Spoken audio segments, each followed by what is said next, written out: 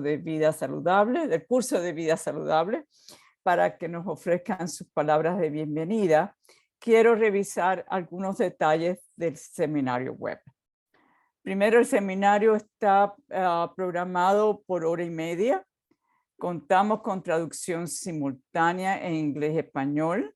Y esto lo hacemos gracias al apoyo que recibimos de la OPS, del Programa de Envejecimiento y Salud.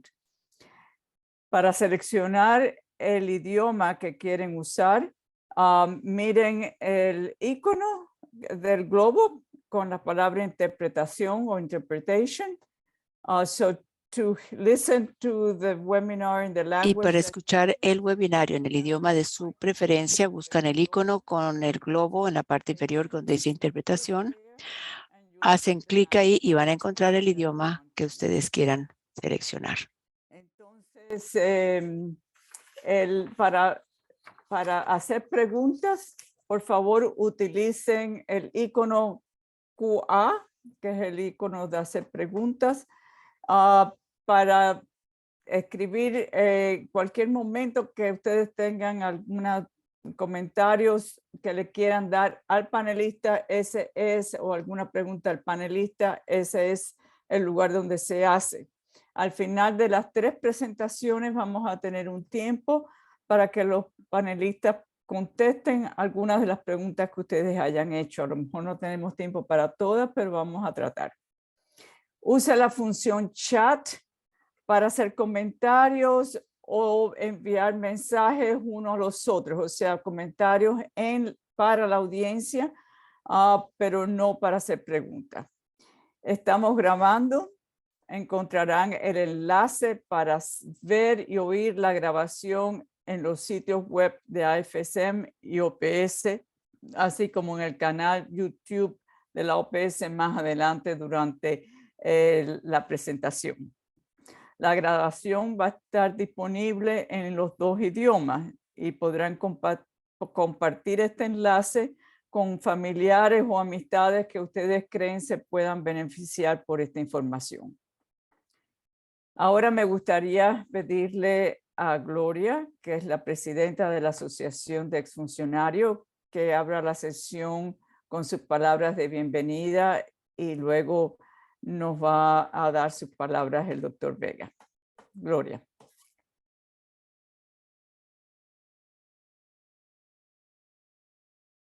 Gloria, no se te oye.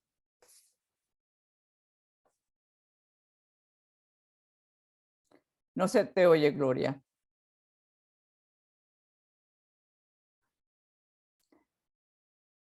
Pasemos, Gloria, en lo que tú buscas el micrófono cerrado. Sí, abre el micrófono, pero mientras tanto vamos a pedirle al doctor Vega que nos dé sus palabras de bienvenida porque él va a tener que irse a otro evento dentro de unos minutos. Enrique. Sí, no, gracias Marta, gracias Gloria, gracias a los colegas de AFSM por la cooperación y el trabajo que estamos haciendo juntos para el desarrollo de la década del envejecimiento saludable. Este es uno del grupo de actividades de las que estamos orgullosos porque estamos tratando de compartir, intercambiar con personas de mucha experiencia en la salud pública y que hoy están viviendo su etapa de vejez, pues muchas de las experiencias que para nosotros son fundamentales en el trabajo con las personas mayores. Hoy hemos contado con el apoyo de nuestros colegas, quizás los líderes del trabajo en investigación en el área de demencia en América Latina, colegas de la Universidad Javeriana que están desarrollando un trabajo inmenso en la investigación, en la educación, pero también en la implementación de estrategias clínicas y de salud pública para el trabajo con las personas que sufren demencia. Así que yo creo que el seminario es un seminario extremadamente didáctico, de unas bases científicas muy importantes y que va a servir de ayuda no solo para para ustedes que están participando hoy, sino como decía Marta también para mantenerlo nosotros en nuestra web como un material educativo. Así que yo les deseo toda la suerte del mundo con este seminario, les deseo que puedan compartir, discutir y esclarecer al máximo todas sus dudas y por supuesto a los colegas de FCM que cuenten con nosotros siempre para el apoyo de actividades como esta. Muchas gracias. Gracias, Enrique. Gloria. Thank you, Martha. It is my pleasure as president. Gracias, Marta. Es mi placer como presidente en esta asociación de ex funcionarios de la PAHO y OMS y como hija de una madre colombiana nacida en Colombia, traerles a nombre de la Junta y de la Comité de Envejecimiento Saludable este webinario tan importante sobre la demencia. Es inevitable en la vejez. La asociación expresa un especial agradecimiento a los doctores José Manuel Santa Cruz Escudero, Ana Carolina Gama González y Carlos Alberto Caro Gutiérrez por sus presentaciones de hoy del Hospital de San Ignacio de la Pontificia Universidad Javeriana de Bogotá. Doctor Santa Cruz Gama y Cama durante muchos años han tratado a los ancianos y han publicado mucho su investigación en revistas de pares y hoy esperamos escuchar la respuesta a la pregunta si la demencia es inevitable al envejecer.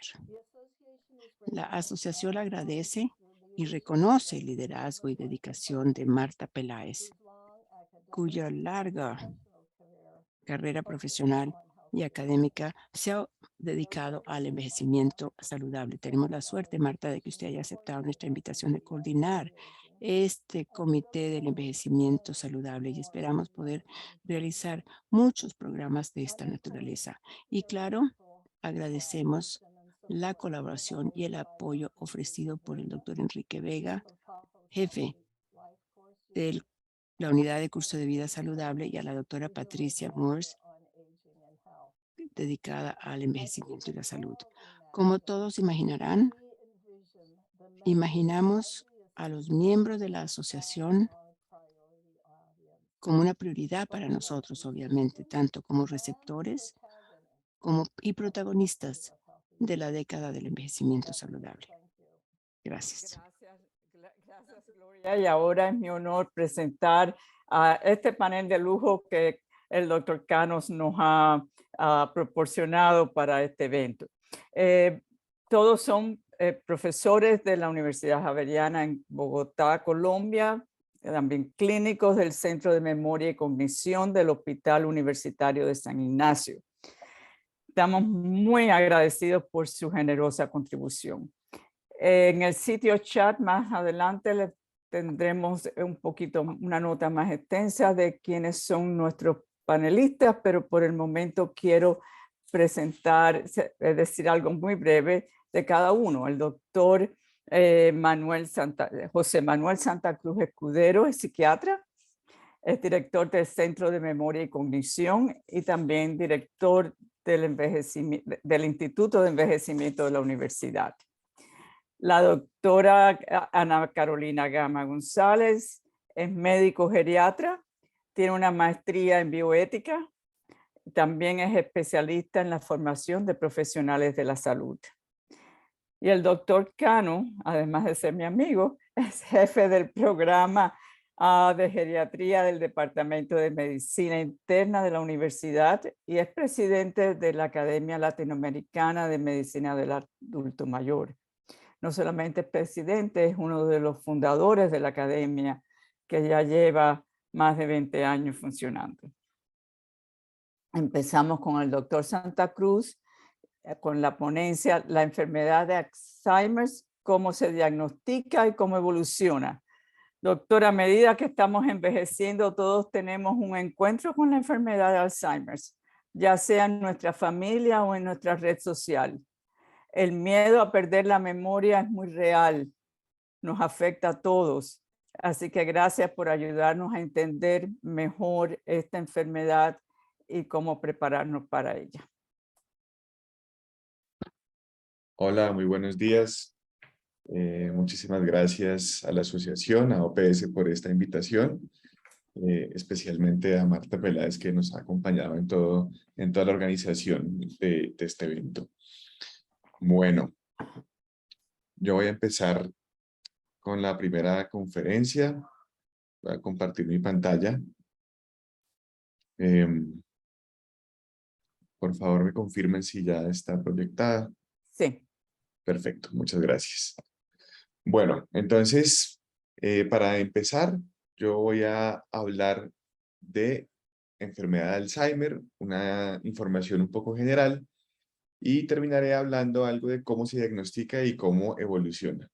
Como entenderán, pues es un tema extenso y trataré de hacerlo pues breve y que no sea como complejo de entender, así que es un pequeño resumen.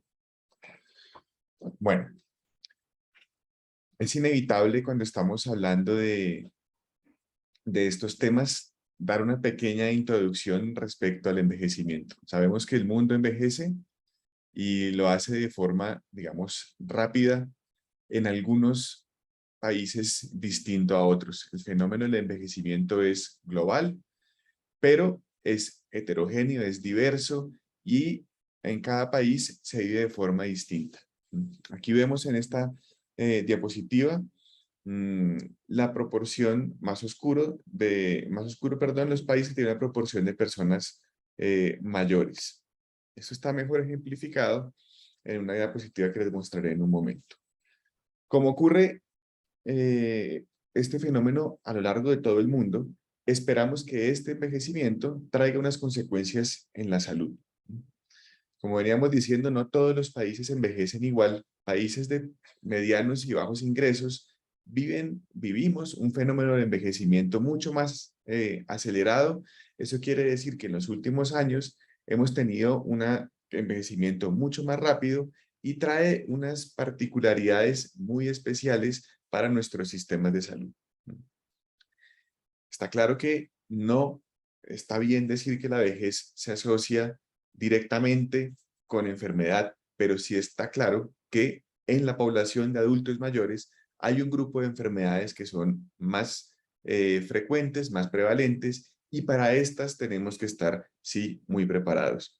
Es por eso que la OMS invita a todos los países a comenzar a prepararnos para enfrentar estos enormes retos y poder garantizar entonces que nuestros sistemas de salud puedan brindar la ayuda que van a necesitar las personas mayores en la medida en que van aumentando su proporción. Esto, lo que les mencionaba hace un momento, aquí lo vemos en datos y podemos observar las diferencias de la proporción de personas mayores de 60 años en diferentes países. Y fíjense cómo, por ejemplo, Japón ocupa el primer lugar y en este momento la proporción en su población mayor de 64 años es del 28%. Y aquí vamos viendo entonces una lista de países en el mundo que tienen esta proporción más alta de habitantes en su población de personas mayores. Fíjense cómo aquí tengo el top de la tabla en la primera gráfica, y en la segunda estamos viendo los países que tienen la proporción más baja, estando en ellos entonces el antagonista Japón, los Emiratos Árabes Unidos. El envejecimiento entonces, como decía, es un fenómeno global y heterogéneo. Hay muchas formas de clasificar el envejecimiento. Buscamos, en general, por lineamientos también de la OMS, que el envejecimiento sea saludable. Sin embargo, no siempre el envejecimiento es así. Podemos encontrar otras formas de entenderlo, como el envejecimiento patológico, un envejecimiento normal y un envejecimiento exitoso.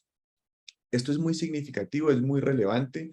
Tenemos que empeñarnos en lograr obtener un envejecimiento saludable, pero también tenemos que entender que no siempre se podrá y no podemos convertir entonces a aquellos sujetos que no logran un envejecimiento saludable en víctimas, además de un estigma por no haber podido llegar a esto. Hablando de trastornos o de enfermedades que más frecuentemente se encuentran en población geriátrica, encontramos los grandes síndromes geriátricos y dentro de ellos uno muy importante, que son los trastornos neurocognitivos, que son, o demencias, los que nos traen hoy aquí. Y también decir que tanto trastornos cognitivos o demencias como depresión han sido categorizados como problemas de salud pública. Entrando un poco más específicamente en la demencia, es importante entender que en la medida en que hay más personas mayores habitando el mundo en este momento, pues también veremos entonces más casos de demencia. La demencia es una enfermedad que está relacionada directamente con el envejecimiento, con la edad. Entonces, en la medida en que más personas mayores, pues seguramente veremos también más casos de demencia en nuestra población. Es muy importante entender que la demencia en general en este momento no tiene un tratamiento curativo. Y por eso es muy importante hablar de prevención y de diagnóstico temprano, que son temas en los que trataremos, digamos, más a profundidad en este seminario. Como decía hace un momento, la población envejece, el mundo envejece y por eso veremos más enfermedades características de la población mayor. Sin embargo, hay otras particularidades y es, como mencionaba hace un momento, este envejecimiento se vive de forma más acelerada en países de bajos y medianos ingresos. En la población en general, aunque la demencia es una enfermedad cada vez más prevalente, se estima que tan solo una cuarta parte de las personas que tienen demencia han recibido un diagnóstico apropiado y por eso espacios como estos son fundamentales. Además, también es importante aumentar la educación y la información en el personal de salud porque en estos otros datos también un poco desafortunados, casi el 62% de los profesionales de la salud en todo el mundo tienen información incorrecta respecto a la demencia y la consideran parte del envejecimiento normal. Ahora, dando este contexto, digamos, de envejecimiento, trastornos y demencia, hablaremos específicamente de la enfermedad de Alzheimer. La enfermedad de Alzheimer es una patología que puede causar demencia. Esto es significativo para decir que no todas las demencias son debidas a enfermedad de Alzheimer, pero un número muy significativo de esto sí. Es más, alrededor del 60% de los casos de demencia en el mundo son debidos a la enfermedad de Alzheimer. Entonces tenemos un grupo grande de enfermedades que pueden causar demencia y dentro de estas la más relevante y la más prevalente es la enfermedad de Alzheimer. Los problemas fundamentales están relacionados con la memoria, el pensamiento y el comportamiento y hablaré de esto, digamos, en las siguientes diapositivas. Aparte de esto, como decíamos, la gran mayoría, hasta el 50 al 70% de los casos de demencia en el mundo son explicados por la enfermedad de Alzheimer. Es la enfermedad que más alta relación tiene con el envejecimiento y es una de las primeras causas, de las primeras 10 causas de muerte en el mundo. El diagnóstico es difícil en muchos casos. Se realiza por consenso clínico, aunque cada vez más hay información respecto a hallazgos patológicos específicos que seguramente irán favoreciendo afinar mejor los diagnósticos en esta enfermedad. También vale la pena decir que hay un grupo dentro de las personas que sufren enfermedad de Alzheimer que padecen una condición especial y que está asociada con mutaciones específicas. Quiere decir que hay alteraciones genéticas, algunas de ellas que pueden ser heredables y que ocupan una muy pequeña proporción de la totalidad de los casos de enfermedad de Alzheimer. Bueno, como decía hace un momento, la enfermedad de Alzheimer tiene una relación con la edad. Así que en la medida en que la población o las personas vamos envejeciendo, aumentamos el riesgo de padecer enfermedades de este estilo.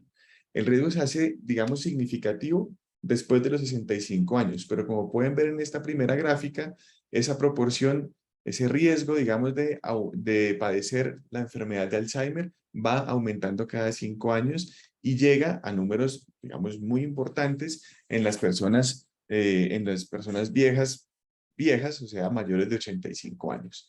Esta enfermedad tiene un curso clínico que es largo, es de características progresivas, y aunque mencioné hace un momento que su principal afectación está en la memoria, sabemos que tiene un efecto, digamos, como de ola expansivo dentro del cerebro, y por esta razón, aunque empiece afectando la memoria principalmente, puede llegar a alterar otras funciones cognitivas, como pensamiento, atención, comprensión, cálculo y demás. Aquí vemos en una gráfica entonces la proporción de personas mayores que sufren enfermedad de Alzheimer y una proyección hasta el 2050. Como decíamos, es una enfermedad que está ligada a la edad, ¿sí? Y a la vejez. Entonces, en la medida en que la población envejece más, aumenta esta proporción de sujetos mayores de 85 años, y en ellos es, como decíamos en la gráfica anterior, donde más se encontrará enfermedades de este estilo. Entonces, inevitablemente, con el paso del tiempo, iremos viendo más casos de enfermedad de Alzheimer.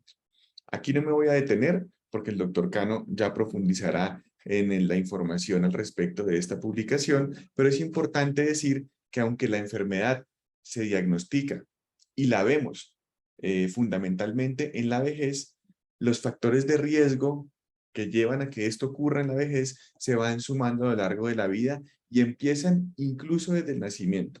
Un porcentaje que está relacionado con factores no modificables como la carga genética, por ejemplo, pero otros que son factores potencialmente modificables y que vamos sumando a lo largo de la vida. Aquí hay unos ejemplos, ya el doctor Cano lo irá mencionando, pero es muy relevante decirlo ahora porque cuando hablemos de prevención tendremos que entender que la enfermedad, para prevenir una enfermedad de este estilo, debemos empezar a actuar desde muy temprano. El 60% del riesgo en enfermedad de Alzheimer continúa siendo desconocido, pero hay un 40% restante muy importante que es potencialmente modificable y sobre el cual probablemente debemos intervenir con mayor fuerza. Ya más adelante lo mencionaremos. Entonces, como pueden ver, derivada de esa gráfica que acabo de mencionar que transcurre a lo largo de todo el curso de vida, podemos también entender que la enfermedad de Alzheimer tiene un curso mucho más largo de lo que normalmente estamos acostumbrados a ver. Aquí en los últimos 3 puntos de esta gráfica, en las que están en color morado, estamos viendo como el continuum de la demencia de la enfermedad de Alzheimer. La demencia cuando está en un estadio leve, un estadio moderado y un estadio severo. Ahí es cuando hacemos diagnósticos clínicos, cuando es evidente para las familias, para el personal de salud, para los cuidadores, que hay una enfermedad en curso y es la que más frecuentemente tenemos en mente, ¿sí? Sin embargo, al ser una enfermedad neurodegenerativa con un curso neuroprogresivo, entendemos que hay una parte preclínica de la enfermedad, ¿sí? En estos estadios, entonces, surge el concepto del deterioro cognitivo leve, que es como un estado en el que clínicamente hay algunos síntomas menores, pero no aún se ha llegado a un estadio de demencia, es decir, a un estadio en el que las alteraciones cognitivas impiden o alteran, digamos, la buena funcionalidad e impiden que ese sujeto pueda ser del todo autónomo y autosuficiente. Y en verde encontramos este pequeño espacio de fase preclínica que es la que se está reconociendo cada vez más en los últimos años y la que probablemente sabremos mucha más información y sobre la cual las intervenciones seguramente podrán ser más exitosas. Entonces, en la medida en que se va reconociendo más este curso, digamos, longitudinal de la enfermedad, aparece, como les mencionaba, el concepto de deterioro cognitivo leve. Es muy importante, es muy relevante porque comienza a dar herramientas clínicas que se pueden observar en las personas y que nos permiten hacer diagnósticos más tempranos antes de que las personas sufran un estadio demencial, una alteración de su funcionalidad marcada. Clasificar las personas con deterioro cognitivo leve también es un reto significativo y dentro de estos sujetos que sufren trastornos cognitivos menores, ¿sí? Hay algunos que tienen fallas específicas como en la memoria en las que comenzamos a predecir que podrá evolucionar hacia una enfermedad de Alzheimer en estadio demencial. Entonces, desde la valoración clínica y hablando de diagnóstico, encontramos en este momento como 3 estadios grandes de la enfermedad. El último, en el que ya está instaurada la demencia, ¿sí? Un estadio previo en el que hay unos cambios cognitivos que son menores, que son identificables, y este primero que nosotros llamamos alteraciones, que surgen en la búsqueda de hacer diagnósticos más tempranos y en ir rastreando síntomas de forma más temprana para poder hacer diagnósticos, digamos, en los que se pueda intervenir y modificar, ojalá hasta donde sea posible, este paso que no es inevitable, ¿sí? Este paso que es llegar hacia la demencia. Como pongo en rojo y que creo que es muy importante dejarlo claro, no siempre hay una progresión. Tener una alteración cognitiva menor no indica que ya inevitablemente pasaré a un deterioro cognitivo y finalmente una demencia, ¿sí? Eso depende de la causa, de los factores de riesgo y nos abre la oportunidad a nosotros para intervenir y evitar un desenlace como la demencia. Para hacer diagnósticos es importante evaluar los síntomas.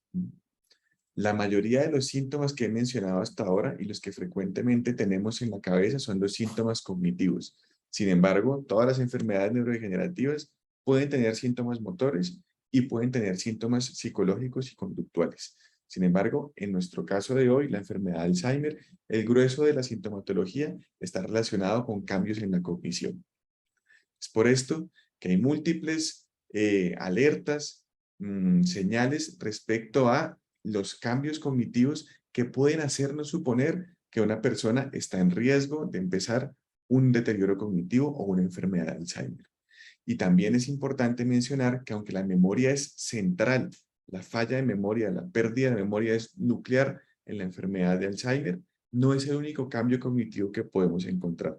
También podemos encontrar fallas en la orientación, alteraciones en el juicio, pérdida de objetos, dificultades para ejecutar tareas que normalmente hacían de forma cotidiana y que ahora se vuelven, digamos, más difíciles de hacer, problemas con el lenguaje, dejar objetos en lugares inadecuados y también aislamiento social o cambios de comportamiento y conducta.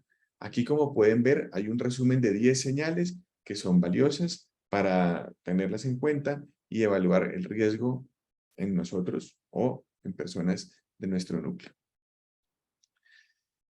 Estas señales que acabo de mencionar aquí, las traducimos nosotros en el diagnóstico clínico en lo que se han llamado dominios cognitivos. Los dominios cognitivos es una forma como de organizar el funcionamiento el funcionamiento psíquico de las personas, el funcionamiento del rendimiento cognitivo para poder estudiarlo y profundizar en ellos. Está, como decía hace un rato, la memoria del aprendizaje con sus equivalentes, digamos, patológicos, como las fallas de estos cuando comienza a haber alteraciones, pero está también la atención compleja, la función ejecutiva, el lenguaje, la habilidad perceptual motora y la cognición social. Estos dominios todos se pueden ver afectados en las enfermedades neurodegenerativas, en la enfermedad de Alzheimer, principalmente la memoria, y luego los otros pueden verse también en la medida en que la enfermedad progresa. Basándonos en las alteraciones de estos dominios cognitivos, se han venido creando diferentes criterios diagnósticos que, insisto, inicialmente son únicamente clínicos, pero luego se van sumando como otras ayudas diagnósticas como las neuroimágenes, por ejemplo, o incluso biomarcadores de los que hablaré un poco en las siguientes diapositivas. Pero en la medida en que se conoce más de la enfermedad, pues van actualizándose los criterios diagnósticos. Aquí vemos una secuencia, por ejemplo, de criterios para hacer diagnóstico de enfermedad de Alzheimer y cómo desde el comienzo era, digamos, una visión únicamente clínico-patológica y se han venido sumando ayudas para afinar los diagnósticos, llegando a clasificaciones más recientes como la CIE-11, que está, digamos, en funciones desde el año 2018, y el DSM-5, que apareció en el 2013, y ya ahora recientemente en este año hemos tenido la revisión del tratado, en la que se explica claramente los criterios diagnósticos, los síntomas que tenemos que permiten hacer el diagnóstico final con clínica, pero usando herramientas que pueden ayudar a afinar la etiología y la causa de la enfermedad. Como el diagnóstico sigue siendo clínico, la mejor forma de llegar a esto es a través de los equipos interdisciplinarios. Y el gold estándar de diagnóstico del trastorno cognitivo en este momento y las demencias es la clínica de memoria. La evaluación interdisciplinaria, idealmente por un equipo compuesto por psiquiatras, neurólogos, geriatras y neuropsicólogos, que nos reunimos para evaluar el caso siempre de forma individual y poder hacer un diagnóstico por consenso.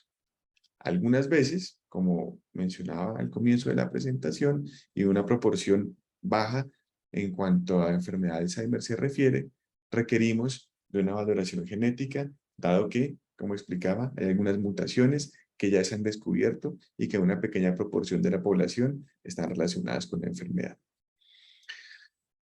Pero, como decía hace un momento, en la enfermedad de Alzheimer, los síntomas centrales, los que siempre tenemos en la cabeza, son cognitivos, pero todas las enfermedades neurodegenerativas tienen otros síntomas asociados, como síntomas motores y síntomas psicológicos y conductuales. Aquí es importante mencionar que la evaluación adecuada de cambios motores y de cambios de comportamiento aumenta la posibilidad de hacer detecciones tempranas, y cada vez hay más información al respecto de cambios motores leves en la enfermedad de Alzheimer, como por ejemplo alteraciones en la marcha, ¿sí? Lo que se haya denominado recientemente el síndrome cognitivo-motor, o en los cambios de comportamiento y conducta, alteraciones, digamos, en esta esfera de lo que se ha denominado también recientemente el deterioro comportamental leve. Entidades que están en búsqueda de consolidarse para facilitar hacer diagnósticos tempranos de enfermedades de este estilo. Entonces, como les mostraba hace un momento, tenemos esta secuencia que se puede modificar, y es importantísimo para nosotros hacer diagnósticos tempranos. Para poder hacer diagnósticos tempranos, tenemos que buscar síntomas mucho más finos, ser mucho más específicos y más agudos en los cambios, por ejemplo, de conducta, de comportamiento, de la marcha y, lógicamente, en los cambios cognitivos. Aunque el diagnóstico es clínico, ¿sí?, y está resumido en estos manuales diagnósticos que acabo de mencionar, siempre es fundamental utilizar pruebas que nos permiten tener dos cosas fundamentales. Una, descartar otras causas otras condiciones médicas que puedan estar imitando una enfermedad y que sean potencialmente tratables, ¿sí? Enfermedades, por ejemplo, como el hipotiroidismo, pueden traer cambios cognitivos que son distintos a una enfermedad de Alzheimer, pero la pueden imitar. Entonces, es indispensable hacer análisis de sangre buscando ciertas condiciones médicas que se pueden tratar y que pueden confundir el proceso del diagnóstico. Y luego, estudios de imágenes cerebrales. Cada vez hay más desarrollo en las imágenes cerebrales, desde la tomografía hasta las resonancias estructurales, y ahora mucho más las imágenes funcionales en busca, por ejemplo, de acúmulo de amiloide dentro del cerebro, ¿sí? La disponibilidad de estas imágenes, pues, digamos, depende de los recursos del sistema de salud en el que estemos trabajando, y también de las necesidades que se tenga desde la clínica, porque son apoyos para el diagnóstico clínico que nos permiten como darle un mayor grado de certeza al diagnóstico o, como estaba mencionando, descartar otras causas. Y bueno, así como las neuroimágenes han venido evolucionando y cada vez hay más especificidad y más capacidad de ver ya no solamente estructuras, sino también función en la imagen, ahora aparecen los biomarcadores. Hay marcadores entonces que se pueden hacer en líquido cefalorraquídeo, que están mucho más estudiados, y más recientemente el intento de sacar marcadores en sangre que permitan hacer diagnósticos. Esto es un desarrollo actual en vigencia todavía no altamente difundido en la práctica clínica, pero que seguramente nos dará mucha información y cada vez iremos entrando más en el terreno de marcadores biológicos específicos para poder hacer diagnósticos mucho más claros. ¿Por qué son relevantes? Como pueden ver aquí en la diapositiva, porque a través de biomarcadores de este estilo también se pueden hacer diagnósticos mucho más tempranos de lo que la clínica en este momento nos está permitiendo. Entonces, para volver a este continuum que mostraba hace un momento, en morado estamos haciendo los diagnósticos, en esta área, en los últimos 3 estadios, los diagnósticos clínicos con mayor certeza.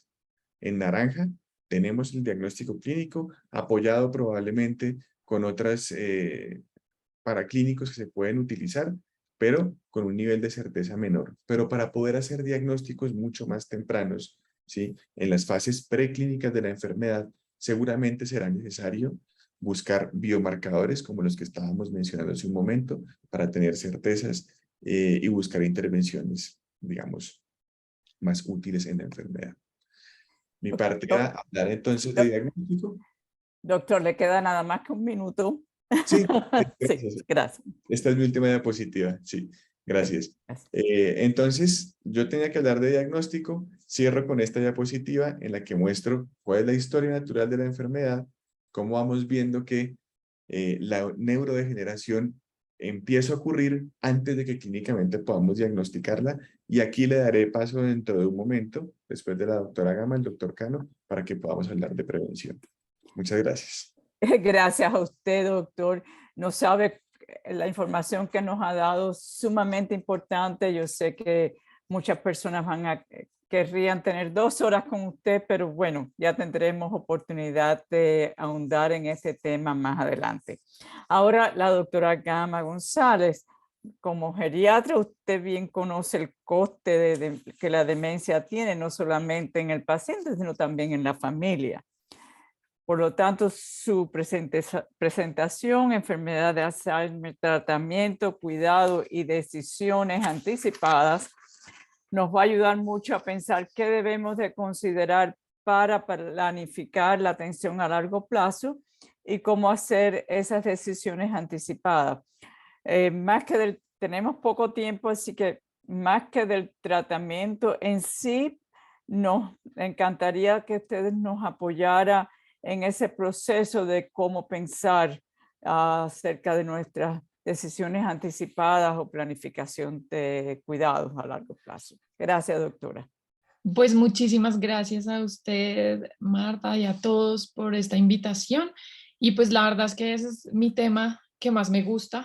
Entonces estoy encantada de poder hablar de esto. Y la verdad es que, aunque sí, pues había tenido como el encargo de hablar un poquito pues de los tratamientos, realmente pues estaba más enfocada en el otro tema. Y este del tratamiento lo voy a pasar un poquito rápido, aunque también es un aspecto que creo que para las familias y para los pacientes es importante de conocer para también disminuir un poco la carga del cuidado. ¿Sí? Entonces, un poquito retomando lo que dijo el doctor Santa Cruz, la demencia producida por la enfermedad de Alzheimer es una enfermedad que empieza en la memoria, pero que, como él dijo, va como una ola a otras partes del cerebro. Y tanto la parte cognitiva, como les pongo acá, como la parte comportamental, como la parte psicológica, se maneja en el cerebro. Es por eso que podemos decir que se presentan síntomas cognitivos, comportamentales y psicológicos. Y a veces esto es complicado de entender para las personas porque como que siempre tenemos en la mente que la enfermedad de Alzheimer lo que produce es cambios cognitivos, que se les olvidan las palabras, que se les olvida dónde deja las cosas. Pero como les digo también, la agresividad, la ansiedad, la depresión, la apatía, estos son efectos de la enfermedad. Así los tenemos que ver, así se deben comprender. Como equipo médico, nosotros así los debemos también entender para poder ofrecer ayuda a los pacientes y sus familias para disminuir la carga que produce tener estos síntomas. Entonces, así a una manera pues bastante rápida, como les digo, pues hay unos tratamientos farmacológicos, ¿sí? Para los síntomas cognitivos es, digamos, un área donde se ha hablado y donde se investiga muchísimo.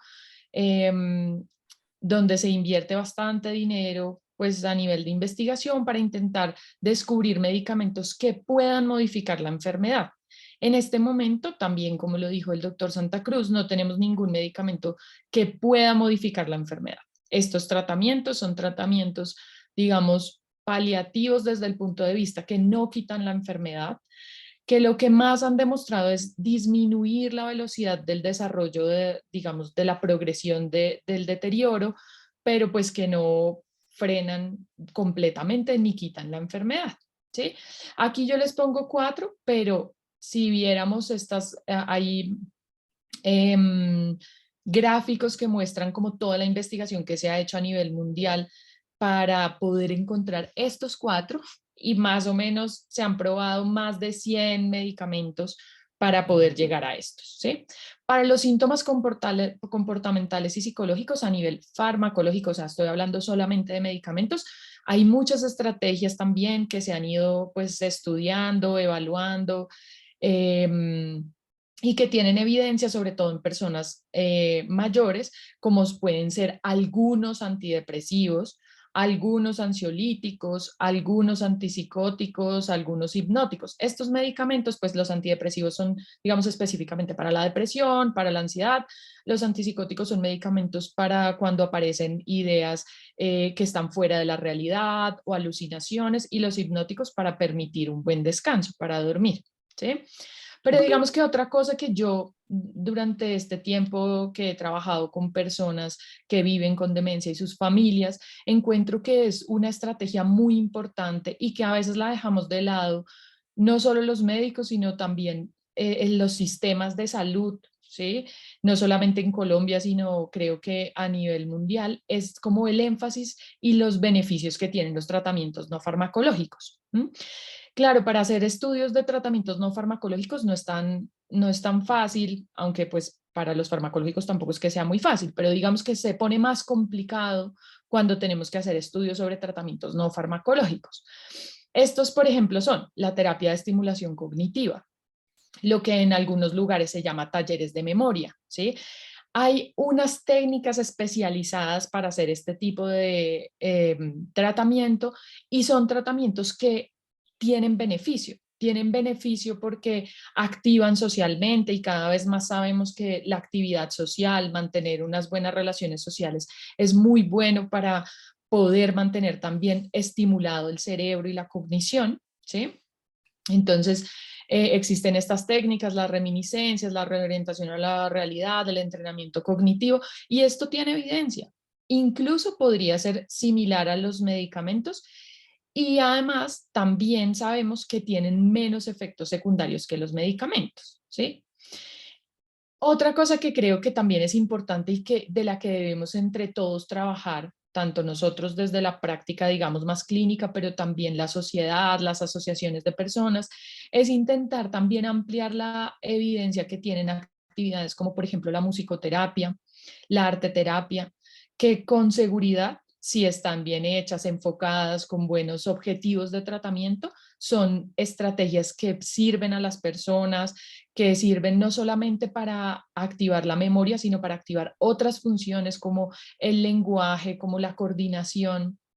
Cada vez más también hacemos lo que se llaman las terapias de doble tarea, que esto tiene relación con lo que dijo el doctor Santa Cruz también de los síntomas motores, y como ahora estamos viendo que las personas, antes de que empiecen a olvidar, empiezan, por ejemplo, a caminar más lento, a tener menos coordinación, y estamos haciendo ahora nosotros este tipo de terapias, que es combinar una actividad cognitiva y una actividad física, como por ejemplo caminar y al mismo tiempo decir los números del 1 al 10. Y cada vez que uno dice el número par, tiene que aplaudir, ¿sí? O sea, como cosas así que combinen varias actividades, y esto sabemos que puede ayudar a mantener también la cognición y activar otras vías cerebrales que de pronto, por la disminución de la actividad, están como menos activas. La terapia ocupacional también es muy importante para estimular las actividades de la vida diaria, para que las personas sigan manteniéndose activas e independientes el mayor tiempo posible. La terapia física y la terapia de fonoaudiología también dan beneficios para mantener el lenguaje, para mantener la coordinación, parecido, por ejemplo, a la terapia de doble tarea, pero también sabemos, por ejemplo, que lo hablará también el doctor Cano más adelante, de cómo la actividad física, el ejercicio, son prevención, pero también pueden ser tratamiento.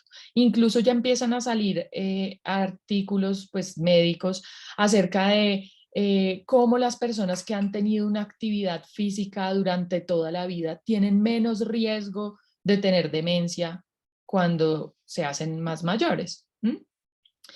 Y si hablamos como en general del tratamiento, pues el tratamiento para las personas que viven con demencia, ¿cuál es? Por supuesto, estos medicamentos, estas terapias que ya dijimos, ¿sí? Entonces habrán tratamientos específicos para la enfermedad, tratar los síntomas psicológicos, conductuales que tienen, pero también evitar las descompensaciones de las enfermedades crónicas. Sabemos que una persona que vive con demencia y tiene una hospitalización por una neumonía, es probable que después de esa recuperación de la neumonía, cognitivamente, funcionalmente, comportamentalmente pueda estar peor. Entonces debemos evitar lo más que podamos que se descompensen las enfermedades crónicas. Para esto necesitamos hacer un seguimiento médico frecuente.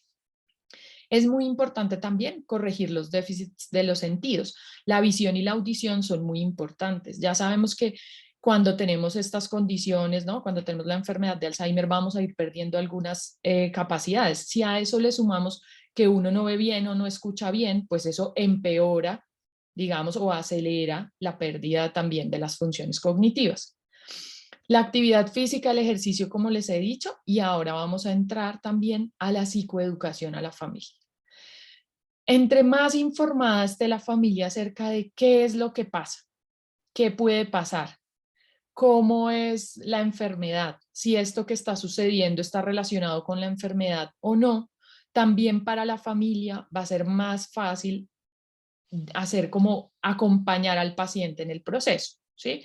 Acompañar a la persona que cuida en el proceso. Así que acompañar a la familia y que la familia tenga mucha información es una parte muy importante del tratamiento. Entonces empezamos ya a entrar en el tema de los cuidados y la psicoeducación.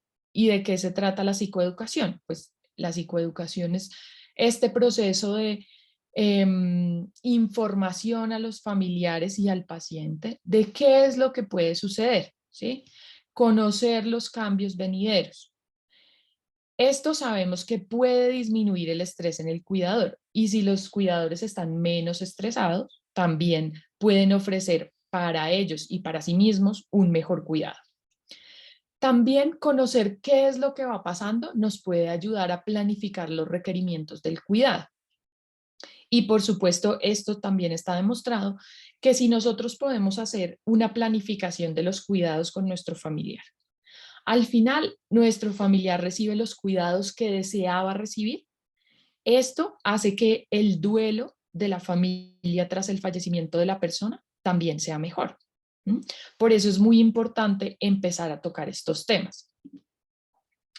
Yo diría que una de las partes más importantes del cuidado que ofrecen las personas a sus familiares, pero también del cuidado que ofrecemos los profesionales a las personas que viven con demencia y sus familiares, es centrarnos en estas dos cosas. Debemos ocupar nuestros esfuerzos en mantener la autonomía de las personas ancianas que viven con demencia.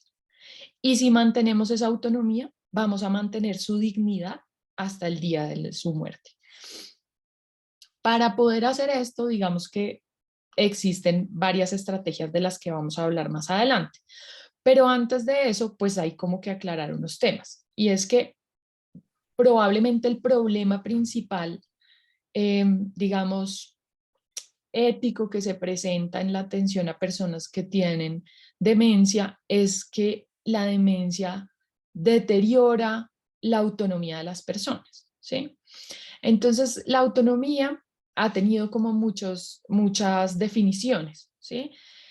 Una de las personas o de los filósofos que más defendió la autonomía de las personas fue Kant, porque él decía que la autonomía de la autonomía de las personas dependía su dignidad, ¿sí? Y pues si digamos, nos devolvemos a entender qué significa la palabra, entonces la palabra autonomía viene del latín autos, que es uno mismo, y norma, pues que ya sabemos, ¿no? Entonces quiere decir que es la capacidad para establecer uno mismo sus propias normas y regirse por ellas. Eso quiere decir que las personas tienen capacidad para deliberar sobre sus fines personales y eso es lo que, según algunos autores, nos hace racionales. Y racionales es pensar, evaluar, entender y actuar de acuerdo a los propios principios, ¿sí? Pero para uno poder hacer eso, debe ser una persona que no tenga ninguna discapacidad, que tenga una buena salud y que no tenga ninguna alteración, para poder como estar dentro de esta definición de autonomía. ¿Mm? Y como les digo, pues las personas que tienen demencia se les afecta esta parte, ¿no? La autonomía. Entonces tenemos varias herramientas que podemos utilizar nosotros como personal médico, obviamente acompañado del paciente y de su familia. La que yo más defiendo, que más me gusta, es esta, la planificación compartida de la atención. La planificación compartida de la atención hace parte de la relación médico-paciente, ¿sí? Y es una deliberación acerca de los cuidados que se desean recibir en el futuro. ¿Y de qué se trata? Que uno como profesional sanitario no tiene que ser solamente el médico, pueden ser las enfermeras, el equipo de terapeutas que conoce al paciente. Sí, digamos que en general entendemos nosotros en la atención a las personas que viven con demencia como una atención que debe ser interdisciplinaria, ¿sí? Y hecha pues por un equipo. Entonces, el equipo se reúne con el paciente y su familia en varias oportunidades. Esto es un proceso que se hace a lo largo de toda la enfermedad, digamos desde el diagnóstico. Empieza uno como a detectar cuáles son las preferencias del paciente, cuáles son sus valores. Ojalá que en el momento del diagnóstico la persona no tenga una afectación muy importante para que él mismo pueda hacerlo. Si no, pues uno hablando con las familias puede intentar como detectar cuáles podrían ser las preferencias y los valores del paciente, ¿sí? Estas charlas pueden concluir en una manifestación de deseos, o sea que el paciente poco a poco, digamos en las charlas, diga, yo cuando esté en esta situación de demencia avanzada quisiera estar en mi casa, quisiera ser cuidado por estas personas, me gustaría que no se prolongara mi vida, ¿sí? Como un rechazo de tratamiento o el nombramiento de un representante legal. Esto debe quedar consignado en la historia clínica. No es exactamente el documento de voluntades anticipadas del que voy a hablar ahora más adelante. Esto hace parte más de la relación médico-paciente y yo creo que dependiendo la situación en la que están las personas, porque esto no solamente se utiliza pues para personas que tienen demencia, también pues para personas que tienen enfermedades crónicas evolutivas, ¿sí? Entonces, dependiendo del momento de la enfermedad en la que uno está, a veces es mejor hacer este proceso que va en relación, pues que está incluido en la relación médico-paciente, que lo podemos hacer cada vez que nos veamos y no solamente que las personas llenen un documento, ¿sí? Se benefician de hacer este proceso, como les digo, personas que tengan patologías que producen deterioro progresivo, en las que se esperan crisis frecuentes, que suponen toma de decisiones, que pueden alterar la calidad de vida del paciente, ¿sí? Y que es probable que esas enfermedades puedan producir alteración en la capacidad de decidir, ¿sí? Que se relacionen como por ejemplo con la demencia, con pérdida progresiva de las capacidades mentales que hacen que cuando tengamos que tomar las decisiones más difíciles, ya la persona no nos pueda explicar lo que le gustaría. ¿Y qué es lo que uno, digamos, en este proceso le gustaría planificar? Entonces, uno lo que intenta que las personas hablen es de lo que no quieren, ¿sí? ¿Qué vamos a planificar? Lo que no queremos que nos pase, lo que no queremos sufrir, la situación en la que no queremos estar. ¿Por qué se llama compartida? Porque es con el equipo sanitario, con la familia, porque debe incluir los aspectos sociales, culturales, los niveles asistenciales. ¿Y qué vamos a explorar? Pues cómo vamos a a hacer esta atención basada en los valores y las preferencias de las personas, ¿sí? Lo que es importante para cada persona, lo que es valioso y poder jerarquizar entre eso que es valioso. Por otro lado, está el documento de voluntades anticipadas. Este documento hace más parte de la parte jurídica. Esto es un acto jurídico, ¿sí? Es una manifestación unilateral, autónoma y libre sobre lo que se quiere en caso de encontrarse en una situación determinada, ¿sí? También que disminuya o aniquile su independencia y que en ese momento la persona no pueda decir o expresar o dar el consentimiento, ¿sí? Este documento de voluntades anticipadas no es que si uno lo firma después, o sea, este documento uno lo puede cambiar todas las veces que quiera, lo puede volver a redactar, puede cambiar de opinión y solamente se debe usar si uno no puede decidir. Si yo estoy despierta y acabo de tener un accidente y me preguntan, pues lo que yo diga en ese momento, no importa lo que esté en el papel, ¿sí? Eso es muy importante. Yo les voy a hablar primero de cómo está regulado en Colombia. En Colombia se ha hecho un proceso, digamos que no tan rápido, pero se ha hecho un proceso para poder regular que las personas puedan tener las voluntades anticipadas. Entonces, desde el 2014 se hizo esta ley, que es la Ley de Cuidado Paliativo, y ya ahí se mencionaba algo sobre el documento de voluntades anticipadas. Pero no fue sino hasta el 2018 en el que se reglamentó cómo hacerlo. O sea, como que nos dijeron, bueno, listo, lo debe hacer una persona con tantos testigos, puede ser escrito, puede ser grabado de voz, puede ser un video, debe estar acompañado de personas que no tengan relación directa, que no le vayan, ¿no? Que no dependan de Tiene ellos. un minuto más. Ay, Dios, no puede ser. Bueno, Perdona. Sí. entonces, y esto es como está aquí. En todos los países de América Latina se ha empezado a trabajar el tema. Y no es que los países sean atrasados, es que hablar sobre la muerte y la enfermedad avanzada es un tema muy complicado. Entonces, en Estados Unidos desde 1967 se está hablando de este tema, pero ahora es, por ejemplo, fundamental en el ingreso a hospitales y residencias geriátricas.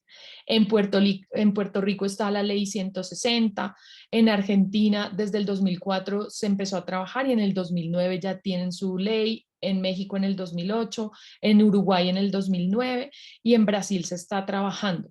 Pero creo que también el apoyo de la sociedad, de las asociaciones de personas, es lo que puede ayudar a que estos temas sigan avanzando y que todos, o sea, la educación a la sociedad acerca de estos temas es lo que puede hacer que los podamos usar, que se puedan reglamentar y que sean una verdadera herramienta para las personas y sus familias.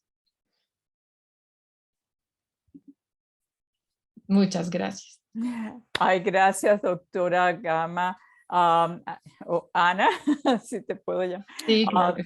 Este tema en realidad requeriría todo un webinar nada más que para pensar legalmente y cómo podríamos nosotros como asociación abogar para que en realidad se tome en cuenta las prioridades de los pacientes a lo largo de la vida. Así que no la vamos a dejar ir por siempre, sino nada más que darnos un momento para volver al tema con Carlos, el doctor Cano. Bueno, el doctor Cano nos va a terminar este webinar con un tema de mucha esperanza, ¿no verdad? Hay esperanza, podemos hacer algo. No mucho, pero algo. Y ese algo es muy importante. Entonces, Carlos, dinos cómo podemos empezar a prevenir la demencia. Bueno, Marta, pues primero agradecer la invitación. ¿Me escuchan? Perfecto. Muy bien. Y las diapositivas también están bien. Así que la buena noticia para ustedes también es que voy a decir lo mismo, pero quizás en un poco menos de tiempo para poder ajustarnos a las preguntas. Me parece muy importante el diálogo. Agradecerle a Marta todas sus invitaciones, por supuesto a Patricia desde Pajo y desde su grupo, y a Gloria Coe pues por esa iniciativa, ese liderazgo que ha tenido usted con su grupo de pensionados y de personas que han estado al tanto de la salud en nuestro continente. Y quisiera contarles que, digamos, dentro de lo que a mí me ha tocado, pues es un tema que quisiera empezar como decía Marta, con aspectos de mucha esperanza. Miren ustedes que en la región hemos ganado en los últimos 60 años más de 20 años de expectativa de vida. Es algo monstruoso, algo nunca antes visto, ¿no? Y el Japón, que no está en nuestro continente, pero que es un estandarte importante, vemos como hoy en día las mujeres viven más de 87 años de expectativa de vida al nacer y los hombres más de 80. Lo que queremos es vivirlos muy bien, ese es el objetivo. En este mapa de calor vemos cómo para el 2100 América Latina va a tener un papel también muy importante en el envejecimiento a nivel global, y en ese color tierra están los países que van a decrecer en población. Pero lo más llamativo de todo ello es que el fenotipo, las características de la población nos van a hacer ver a personas adultas mayores como el común, y el 40% de las personas que van a vivir en el 2100 tendrán más de 60 años. Así que va a cambiar indudablemente el fenotipo, eso es importante. Vemos que ante una enfermedad que sonaba como catastrófica, y en esta diapositiva que ustedes allí pueden encontrar, digamos, la parte de cómo la expectativa de vida ha ido aumentando, pero las enfermedades dependientes de la edad también. Y es así como se esperaba que esta enfermedad se fuera duplicando cada X tiempo hasta llegar a cifras muy altas, por encima de los 80 años, del 30% y del 40%. Sin embargo, se ha visto en Estados Unidos que eso no ha sucedido. ¿Y por qué no ha sucedido? Pues es una buena situación. Es decir, si hay muchas más personas con demencia, porque la población envejece más, pero se esperaba tener mucha más gente con demencia, y eso se debe en gran parte a todo lo que se ha hecho de salud pública a nivel mundial y por supuesto a nivel regional. Así que es la buena noticia, y por supuesto ante esas situaciones tan dramáticas, yo no quisiera mandar un mensaje negativo de que todos vamos a tener la enfermedad. No, tenemos opciones también de salir adelante, y es lo que les voy a contar en los próximos minutos. De hecho, en nuestro grupo, este paper recién publicado, en el 2015 arrancamos con un paper donde el objetivo era, digamos, hacer una cruzada, un objetivo de nuestro grupo, y junto con personas como Francisco Lopera en Medellín y otras personas que han trabajado demencias en Colombia, prevenir la demencia como un reto para la salud pública de nuestro país. Y eso pues desde luego ha sido y será siempre un objetivo importante. Es indudable que esa prevención empieza desde la concepción, no solamente desde cuando ya somos mayores, sino también los hijos, los nietos, los bisnietos, si algunos los tienen, están allí. Y esto de los determinantes sociales de la vejez es un tema que cada vez nos debe interesar más, porque sabemos que la vejez está determinada y está dada por muchas variables. Y yo destacaría allí en azul las que están en el paper, que son la pobreza, la inequidad y los estilos de vida, como una introducción al tema, y en rojo otros temas que no están en el paper, pero que creo que tienen gran importancia, como es la educación y la educación de calidad, la nutrición y el género, especialmente los embarazos en mujeres menores de 15 años, que han sido un problema grande en la región, y que pues esto determina desde luego un determinante social de la vejez, incluidas las demencias. Y es así como la Organización Mundial de la Salud, y ustedes han sido como pensionados también partícipes desde el año 78 con Alex Calache y con otras personas, de hablar de este tema del envejecimiento activo como ese proceso para optimizar esas posibilidades o esas oportunidades de salud, participación y seguridad, con el fin de mejorar la calidad de vida, y que permite o nos permite a todos realizar un potencial de bienestar físico, social y mental a lo largo del curso de vida. Pero podríamos nosotros también decir que tiene como objetivo ampliar la esperanza de vida saludable y la calidad de vida para todas las personas a medida que vamos envejeciendo.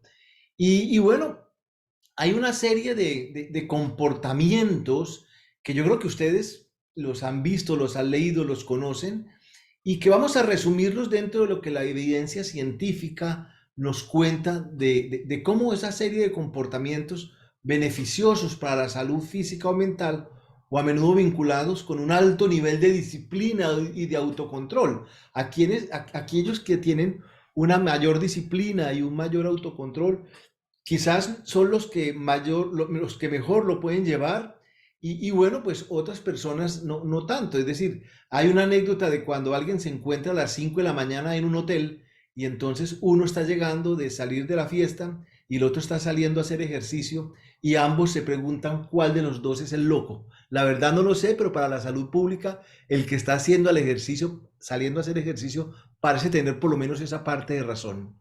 La duración de la vida, que es una pregunta importantísima, depende de factores ambientales. Antes, evidentemente hemos dicho, no, es que mi mamá vivió muchos años y eso le pasa a Marta con una madre que vivió tantos años y tan especialmente bien.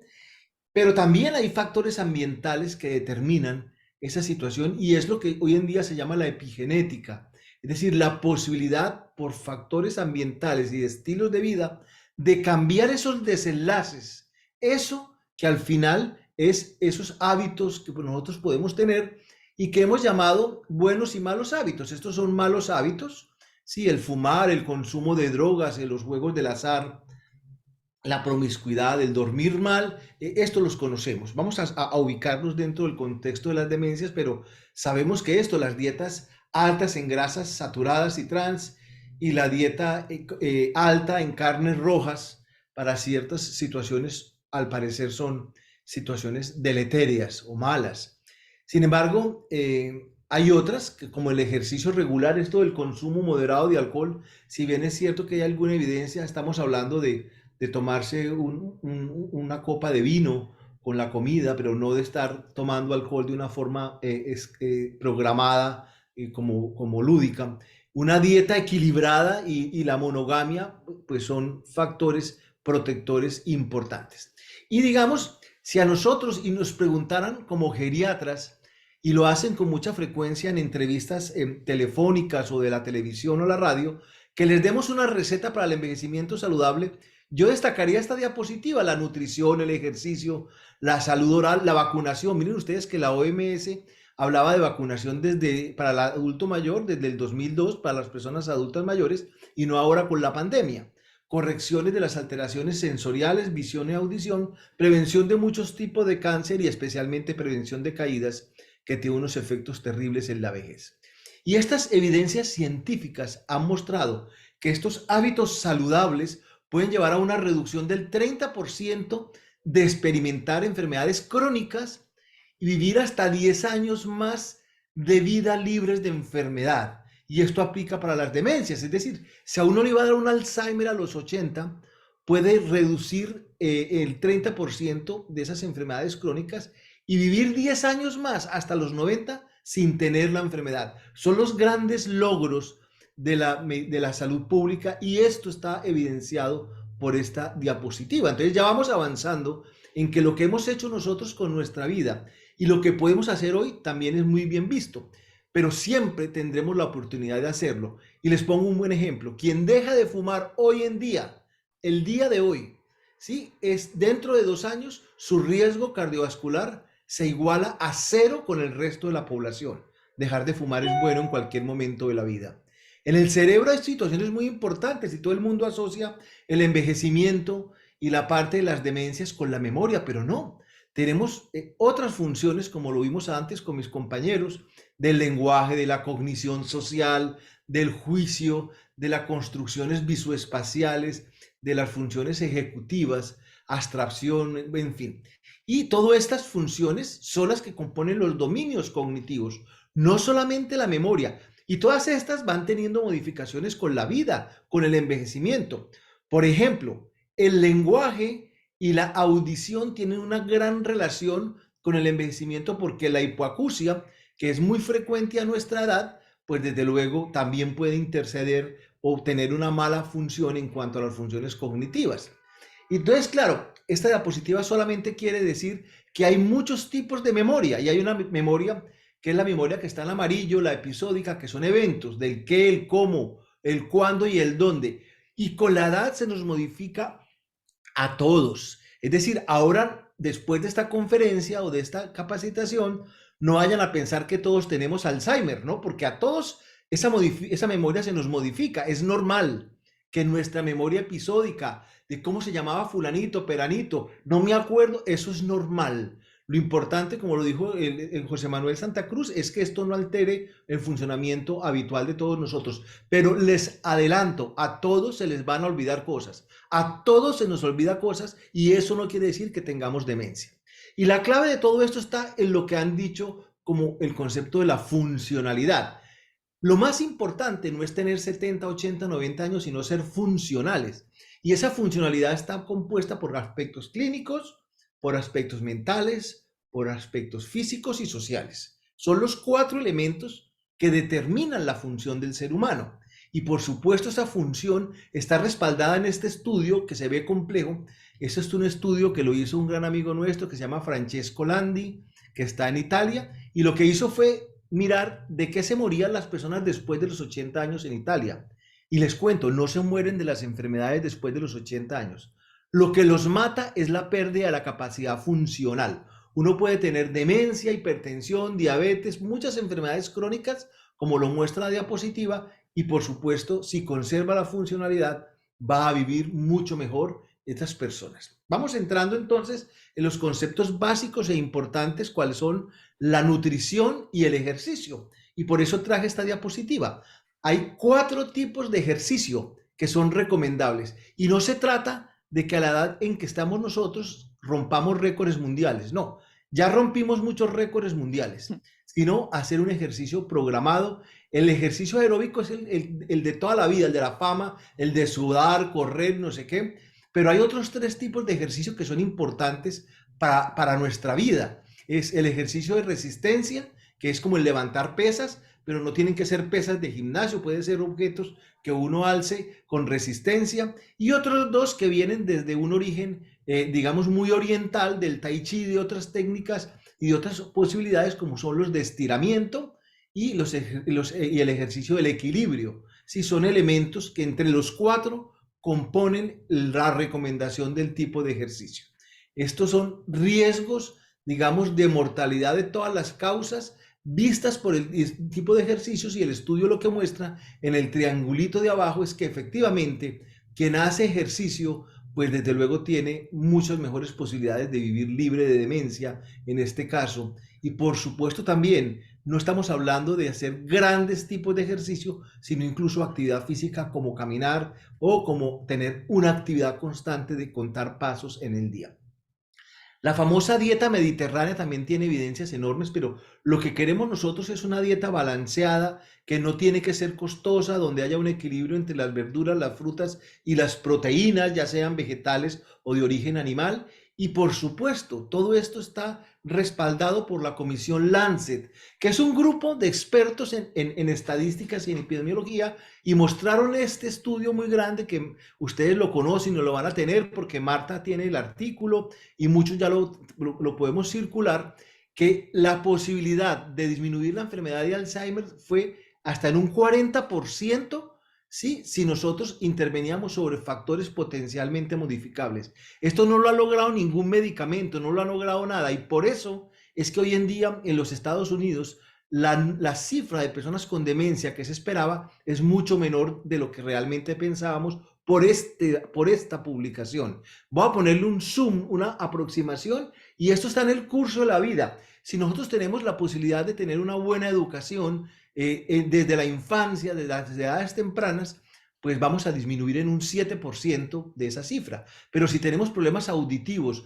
o evitamos trauma cerebral o el consumo exagerado de alcohol, la obesidad o el trauma craneoencefálicos, todos ellos suman un número importante que, unidos con otros conceptos que vemos en las edades medias, como por ejemplo el parar de fumar en cualquier momento, la intervención sobre la depresión que habíamos dicho desde la primera conferencia, o evitar el aislamiento social, y por supuesto tener una actividad física de la cual hemos sido bastante claros, controlar la diabetes o digamos la contaminación, todas ellas en total nos van a disminuir en un 40% la posibilidad de tener una demencia en general y una enfermedad de Alzheimer en particular.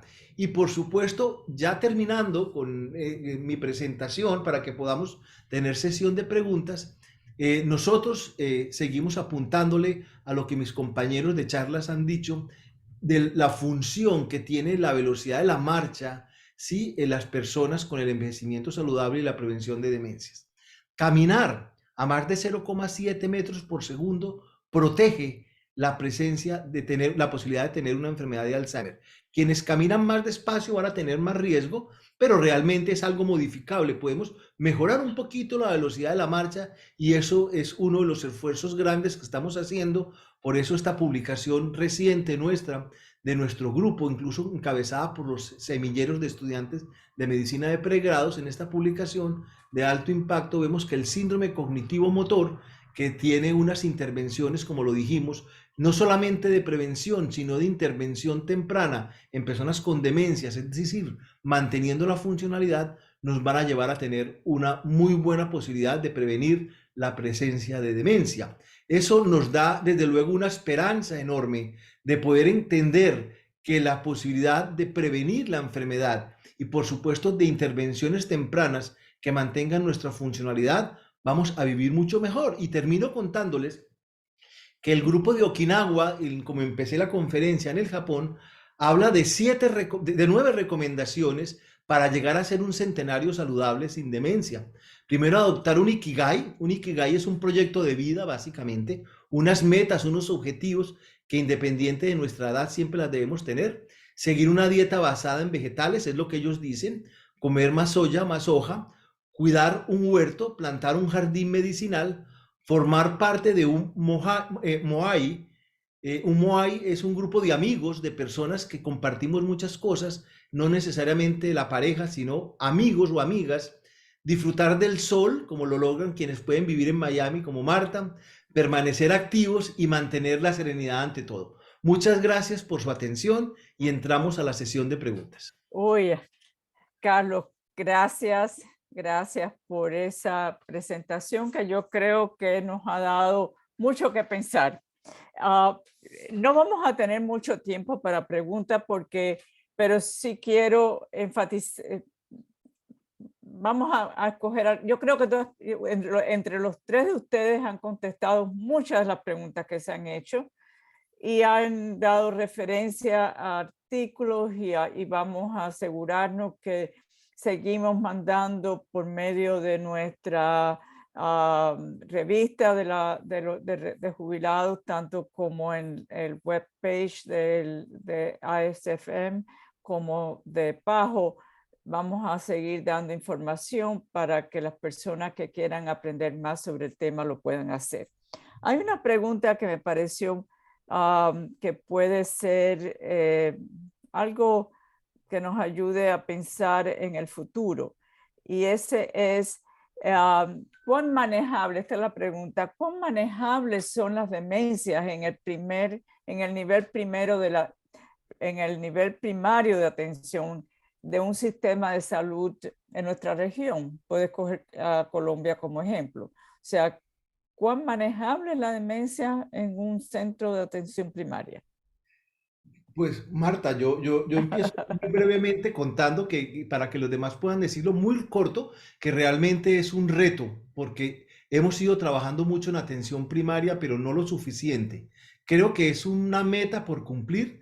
Creo que necesitamos trabajar mucho con las familias, con la sociedad y con la comunidad dentro de la propia atención primaria. Es la única vía realmente para hacer una buena atención, pero esto es muy divergente en la región. México, Argentina, quizás Costa Rica puedan tener avances más importantes y otros países más limitados, pero creo que es un reto para los próximos años para desarrollar en nuestros países. Esperemos que sea uno de los retos que asuma la década de envejecimiento saludable, ¿no verdad? Bueno,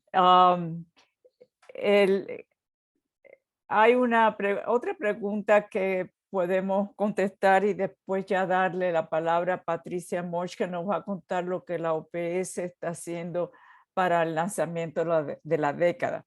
Esta pregunta dice, ¿cuál es la velocidad recomendable según el estudio para la caminata del adulto mayor. O sea, hay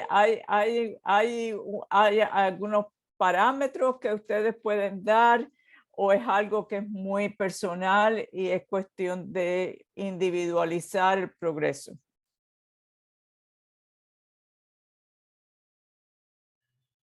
Todos lo saben, así que cualquiera de ellos puede contestar. Digamos que en los estudios que hay sobre ejercicio para personas mayores hacen una, digamos, lo primero que hay que hacer es determinar cuál es la situación de la persona, cuáles son sus capacidades, cuál es su capacidad de hacer ejercicio, y a partir de ahí ir haciendo una progresión, ¿sí? O sea, no hay como todas las personas deben llegar a tanto de ejercicio. Hay que primero saber cómo está la persona, hacer una evaluación de cómo está y a partir de eso hacer una progresión de más ejercicio aeróbico, más estiramientos, porque digamos que ahí a nosotros, el doctor Cano y nosotros hablamos mucho del ejercicio aeróbico, pero lo que está demostrado es hacer todo, hacer fuerza, hacer estiramiento y hacer ejercicio aeróbico. Entonces, digamos que es más como un plan de ejercicios que solamente caminar, pero caminar está muy bien, ¿sí? Y a esta semana justo hubo una nueva publicación que decía 10.000 pasos, llegar a los 10.000 pasos. Y llegar a los 10.000 pasos es muchos pasos. O sea que igual sí es hacer, o sea, hay que esforzarse, porque a veces pensamos que como las personas están mayores, pues solamente pueden salir, dar una vueltica lentamente, sentarse, ¿no? ¿No? Hay que, creo que cambiar también como la idea del ejercicio en las personas mayores es súper importante y quitar también como el estigma de que las personas mayores solamente pueden hacer cosas suavecitas, ¿sí? Sino que hay que hacer ejercicio. Bueno, de nuevo quiero, gracias a todos, a los participantes por las preguntas tan interesantes que han hecho, a los traductores por habernos acompañado, y ahora Patricia Morch, la doctora Patricia Morch es la asesora regional de envejecimiento y salud en la OPS, y ella nos va a dar alguna información sobre cómo la OPS durante la década va a hacer una diferencia en todos estos temas. ¿Correcto? Hola a todos, muchas gracias Marta y ojalá con el apoyo de todos ustedes logramos todos los objetivos de la década. Yo quiero principalmente agradecer por todos estarem aquí hoy, que nos acompañaron, la participación de los panelistas por tan importante información y información actualizada que necesitamos para mover estos temas durante la década. También muchas gracias a los participantes que hicieron sus preguntas, mandaron sus preguntas con anticipación para ayudar la formulación de las presentaciones. Y también, por supuesto, muchas gracias a la Asociación de Funcionarios de la OPS-OMS por organizar este segundo evento en colaboración con nuestro equipo de envejecimiento saludable de la OPS y por estar tan activos en la promoción del envejecimiento saludable junto a sus pares, y igualmente con el compromiso de desarrollar e implementar la década del envejecimiento saludable en las Américas. Los temas que presentaron hoy el doctor Carlos Cano, la doctora Ana Carolina y el doctor José Manuel nos ayudaron a entender mejor las demencias, las oportunidades de tratamiento, manejo y prevención. Y este tipo de información es relacionada a las condiciones crónicas que están incrementando con el envejecimiento de la población. Es fundamental para garantizar una atención de salud adecuada a las personas mayores y el soporte que necesitan sus familiares y sus comunidades. Como ya mencionó Marta y como creo que la mayoría ya saben, el periodo de 2021 a 2030 fue declarado por las Naciones Unidas como la década del envejecimiento saludable y el fortalecimiento de los sistemas de salud para propiciar una atención integrada y centrada en la persona mayor, así como los cuidados de larga duración, son áreas fundamentales de trabajo de la década. Son algunos de los objetivos principales de la década. Y la década es una gran oportunidad para la colaboración conjunta. El plan de acción, no solamente dentro de estas áreas de acción, pero en las demás relacionadas a combatir el edadismo, a los entornos amigables, llama a la atención a la demencia, que necesitamos tener entornos amigables a las personas mayores, pero también a las personas mayores con demencia, y también promover la atención integrada a las personas mayores con demencia, y también para que se pueda prevenir los deterioros cognitivos y la demencia. Y yo, mirando las preguntas y respuestas, también pude ver la importancia de combatir todos los estereotipos relacionados a las personas mayores, al envejecimiento, y claro, también a los relacionados a las personas que tienen los deterioros cognitivos y las demencias, para que puedan tener un envejecimiento saludable y dignidad hasta el final de la vida. Y por eso yo invito a todos para que puedan ser parte del movimiento de la década. Ustedes pueden acceder a nuestra página web para obtener más información. Pueden registrarse para recibir nuestro boletín, donde siempre estamos enviando informaciones actualizadas, publicaciones, eventos y claro, acceder a la plataforma de la década, que es un espacio virtual de colaboración para que todos puedan compartir sus conocimientos, experiencias y que puedan estar intercambiando y haciendo contactos con otras personas que trabajan en envejecimiento saludable o que son personas mayores interesadas en el tema y que se pueden intercambiar durante la década. En este sentido, también aprovecho la oportunidad para invitarles a un evento paralelo de la Asamblea General de las Naciones Unidas, que será sobre la década del envejecimiento saludable y se llevará a cabo el jueves 22 de septiembre a las 11 de la mañana, hora del este. Es un evento híbrido, entonces todos pueden registrarse, conectarse. El enlace para el evento, así como los demás que yo mencioné, de las páginas de la OPS, nuestro boletín, la plataforma, la página de la Asociación de los Jubilados, todo está en nuestro chat del evento. Y bueno, estaremos desarrollando otros eventos y actividades con la asociación. Entonces, espero verlos a todos muy pronto. Muchas gracias. Gracias a todos y tenemos muchas preguntas, algunas que no se han podido contestar. Les prometemos que vamos a bajar esas preguntas y ya enviaremos algún blast email con alguna información para ayudar a contestar esas preguntas. También les vamos a pedir que en el transcurso del día de hoy van a recibir una encuesta de evaluación. Queremos que estos webinars sean cada día mejores.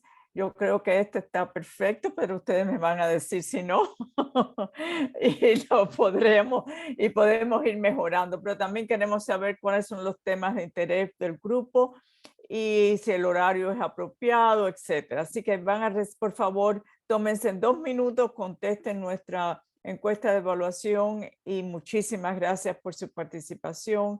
Muchas gracias a los 3 panelistas. Ustedes han sido muy generosos con su tiempo. Carlos, tú con tus vacaciones y doctor José Manuel y Ana Carolina, sabemos lo ocupados que están y gracias por estar con nosotros. Muchas gracias a todos. Muchas gracias. Hasta luego. Chao, hasta luego. Gracias. Gracias, gracias.